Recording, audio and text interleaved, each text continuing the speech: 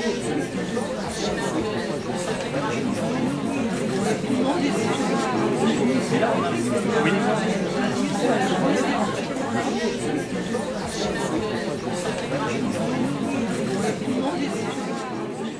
Raven, bonjour. Bonjour. Bienvenue à la librairie Dialogue. Oui. Alors vous venez aujourd'hui nous présenter Gagatorium, un livre paru aux éditions Fayard en avril dernier. Un livre que vous avez écrit après avoir vécu pendant 4 ans dans une résidence-service qui propose des appartements à la location ou à l'achat pour les seniors censés être autonomes. Alors ces 4 années ont été 4 années d'enfer pour vous dans ce lieu que vous qualifiez de mouroir doré et vous dénoncez aujourd'hui une mafia de l'or gris qui abuse des personnes âgées fragilisées. Alors au début, lorsque vous avez décidé, envisagé de vivre dans une résidence de personnes âgées en février 2007, qu'est-ce que vous attendiez Eh bien, je me faisais beaucoup d'illusions, mais j'avais vu une résidence, j'habitais Biarritz, et il y avait une résidence du groupe Arcadie qui était en face de chez moi, une résidence privée, ça me semblait, vu de loin, ça me semblait pas mal. J'étais allée quelquefois visiter, je me disais, comme j'avais eu quelques problèmes de santé, mais enfin pas beaucoup, qu'on est autonome si on veut, mais si on a besoin de se faire aider, on vous porte un repas à domicile, ou on vous fournit une femme de ménage ou une infirmière. Je pensais que c'était l'idéal, l'autonomie et quelques services en plus. Mais je me faisais beaucoup d'illusions, à vrai dire. Je ne connaissais pas bien le problème.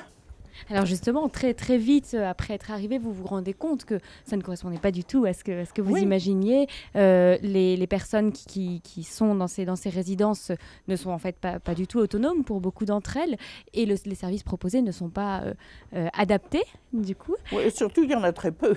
Voilà, tout à fait. Alors au début, vous dites, c'est pas grave, je vais rester et je vais tout faire pour que ça aille mieux. Alors comment est-ce que vous avez tenté d'améliorer votre quotidien ? Mon quotidien, c'est-à-dire que je me suis sentie dévalorisée dès les premiers jours. On ne répondait pas à mes questions. Donc, ou bien j'allais me résigner et me positionner comme ces pauvres vieilles dames que je voyais autour de moi qui étaient résignées à accepter n'importe quoi, ou bien j'essayais de trouver une autre identité convenant à ça. Donc je disais, je ne me rangerai pas dans les victimes, je n'accepterai pas la façon dont on me tourne le dos chaque fois que je pose une question et tout ça. Si au contraire, je pouvais me positionner pour les défendre, parce qu'après tout, je suis beaucoup plus jeune que les autres. Donc la moyenne d'âge était de près de 90 ans. Moi, en 2007, quand je suis arrivée, j'ai 80 maintenant, j'avais pas encore 80, donc j'étais dans les jeunes. Je me suis dit, je pourrais peut-être les aider, mais comment, je ne savais pas trop. J'ai été obligée de m'infiltrer pour comprendre d'abord où j'étais, parmi la direction, c'est-à-dire la double direction. Il y avait d'une part une association qui gérait les services et d'autre part un syndic des copropriétaires qui gérait les charges. Donc je suis allée aux premières assemblées générales en me présentant donc comme ce que j'étais, une résidente copropriétaire, ce qui était rare. Nous étions à peine 8 ou 10. Sur une centaine, les autres propriétaires étaient des propriétaires, des investisseurs la plupart, et les résidents étaient des locataires. Donc au début, on m'a accueilli très aimablement en disant « Ah, enfin une copropriétaire résidente qui vit sur place, qui pourra nous dire les problèmes non résolus, etc. » Donc j'ai cru que je pourrais vraiment aider, participer à la gestion, à la direction. Et on m'a donné des missions tout de suite, de relooker des salons abandonnés, des salons d'activités, de relancer des activités. Donc j'y ai cru. Mais c'était juste pour m'anesthésier, je crois. Et je me suis aperçue qu'en réalité, on mettait des bâtons dans les roues. Chaque fois que j'entreprenais quelque chose, on me sapait à la fois la directrice, le président de l'association des usagers, le président du conseil syndical des copropriétaires. Bon, ils étaient tous alliés dans la résidence. Et là, ça a commencé à tirer assez vite. Hein. Au bout de quelques mois, commençait à avoir du tirage. Et j'ai commencé à me rendre compte que non, je ne pourrais pas relever les défis qu'on faisait semblant de me donner. Parce que des activités, ils n'en voulaient pas. Ils voulaient surtout ne pas voir les vieux, les enfermer dans leur chambre, et moi, on les voyait. Alors, relooker la salle, la pièce à vivre, il n'en était pas question. Au contraire, la directrice confisquait les chaises qui étaient dans l'entrée pour que les gens ne puissent pas s'asseoir. Elle en enlevait une chaque jour, vous savez, comme aux chaises musicales, quoi. Et de façon à ce que les gens qui viennent, ils n'avaient rien pour s'asseoir, donc ils repartaient dans leur chambre. Alors, dans votre livre, vous dénoncez une maltraitance physique et morale, mais également financière, et vous découvrez assez vite qu'il existe un vide juridique en ce qui concerne les résidences-services. Alors, d'où vient-il ce vide juridique et comment en faites-vous la découverte? Alors, je fais la découverte parce que donc j'avais fait l'énorme erreur d'acheter 2 appartements en plus, pas un seul. Donc, je pensais que le deuxième, le loyer du deuxième me servirait à payer les charges du premier. Mais le deuxième, j'ai eu une locataire pendant à peine 1 an et demi, puis elle est morte parce que le taux de mort, le nombre de morts est très rapide. Et après, cet appartement est resté vide. Et alors là, je me suis trouvée à payer pour mon appartement les charges et les services, mais pour l'appartement vide, les charges aussi, c'est obligatoire, c'est la loi, mais les services. Et alors, comme je payais déjà à peu près 500 de charges et 500 de services, 500 € pour mon appartement, autant pour l'autre, ça faisait 2000 € par mois à débourser sans rien rentrer. Et alors là, je ne pouvais plus. Je dégarnissais mon compte courant, mes économies, mon compte bleu, mon compte à livret, etc. Et je plongeais à pic. Et ma fille et mon gendre étaient affolés parce qu'ils savaient que si je mourais le lendemain, c'est eux qui se trouvaient avec 2 appartements vides et 2000 € à casquer tous les mois, alors qu'ils ont 4 enfants à élever. Donc là, j'ai paniqué, j'ai dit au secours et j'ai tiré tous les cordons de sonnette que j'ai trouvés.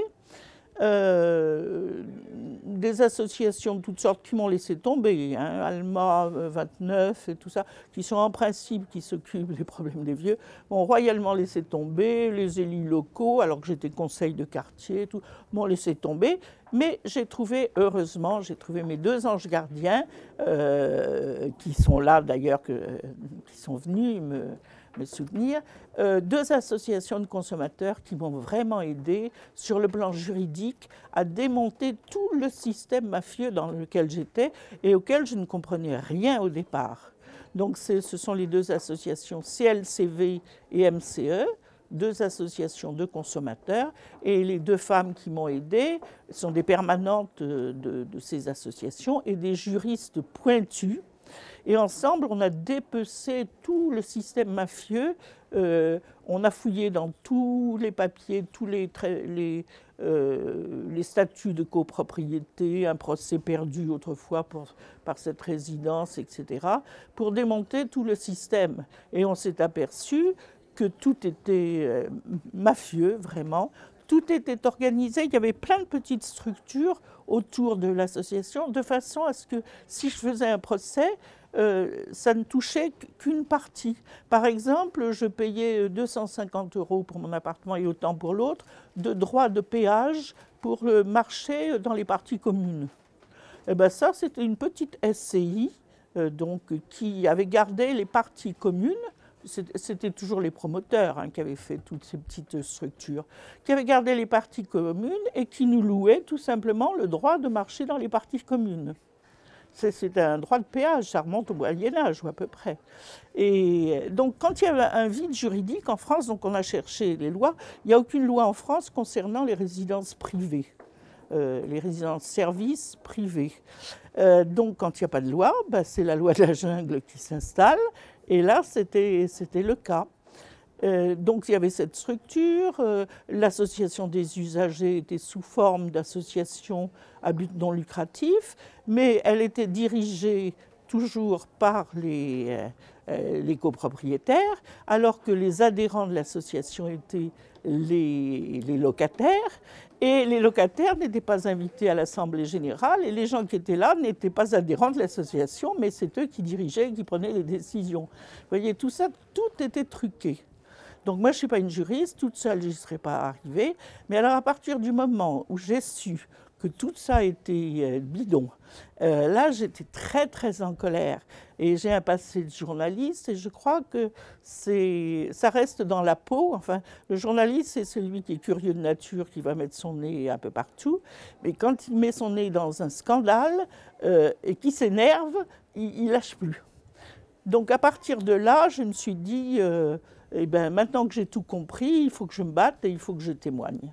Alors justement, vous témoignez dans ce livre, un livre qui a un impact médiatique certain.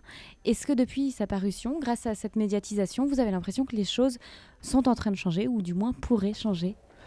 Oh, je ne me prends pas. On m'accuse de temps en temps de me prendre pour Jeanne d'Arc et de vouloir bouter tous les ennemis hors de France. Je ne rêve pas de tant de choses. Mais quand même, je crois qu'il y a quand même beaucoup d'agitation du côté des gens âgés, de leur famille, de tout l'entourage, parce que ce vide juridique et cette indifférence des services, des pouvoirs publics vis-à-vis du troisième âge et du quatrième âge, dont je suis après 80 ans, est quelque chose d'insupportable.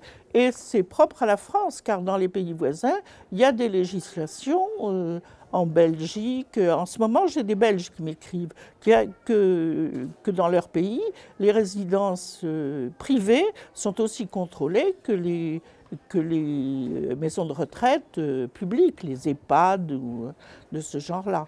Donc, je crois qu'on en prend conscience. À voir le bruit que fait mon livre, je ne m'attendais pas, mais j'ai tous les médias qui m'ont assailli et qui m'assaillent tous les jours.